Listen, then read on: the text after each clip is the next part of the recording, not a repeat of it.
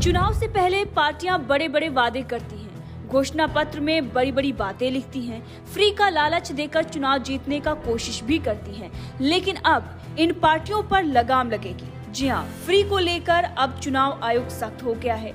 चुनाव आयोग ने अब साफ कर दिया है कि अगर पार्टी घोषणा पत्र में किसी चीज के लिए दावा करती है, कोई घोषणा करती है, तो इसके साथ ही उसको ये भी बताना पड़ेगा कि अगर उनकी सरकार बनती है तो ये कहां से वो जनता को देंगे, यानी कि जो वादे किए जा रहे हैं वो पूरे किए भी जाएंगे या फिर नहीं, और अगर पूरे किए जाएंगे तो पैसा कहां से आएगा, क्या टैक्स का पैसा होगा या फिर अलग से पैसा आएगा, कहां से और कैसे करेंगी। अब इसको लेकर विपक्ष तनातनी कर रहा है। विपक्ष का ये कहना है कि लोकतंत्र पर आघात है, लेकिन सरकार क्या रोक रख रही है, इस पर भी हम बात करेंगे। दरअसल चुनाव आयोग ने एक लेटर लिखा है, उस लेटर में क्या कुछ लिखा गया है इसके बारे में हम बात करेंगे, और इसके साथ ही आपको बताएंगे कि किस तरीके से चुनाव आयोग ने फ्री का लॉलीपॉप देने वाली पार्टियों पर अब लगाम लगाने की ठान ली है।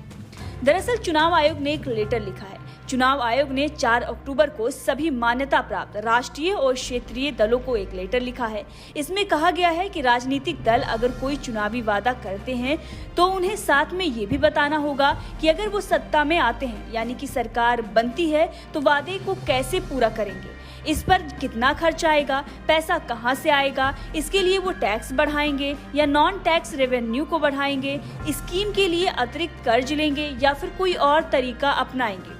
चुनाव पत्र घोषणा में तयशुदा प्रोफार्मा होगा, जिसमें पार्टियों के चुनावी वादे तो होंगे, साथ में वो कैसे पूरे होंगे इसकी भी डिटेल देनी पड़ेगी। पार्टियों को बताना होगा कि राज्य की वित्तीय सेहत को देखते हुए उन वादों को कैसे पूरा किया जाएगा। चुनाव आयोग का ये भी कहना है कि इस तरह की सूचनाएं होने से वोटर राजनीतिक दलों के वादों की तुलना करके सही फैसला कर सकते हैं, और इसे अनिवार्य बनाने के लिए आयोग आदर्श आचार संहिता में जरूरी बदलाव की भी योजना बना रहा है। आयोग ने 19 अक्टूबर तक इस पर राजनीतिक दलों से सुझाव भी मांगा है। उसने अपने लेटर में कहा है कि घोषणा पत्र तैयार करना राजनीतिक दलों का अधिकार है, लेकिन वो कुछ वैसे वादों को नजरअंदाज नहीं कर सकता जिनका स्वतंत्र और निष्पक्ष चुनाव प्रक्रिया पर नकारात्मक असर पड़ सकता है।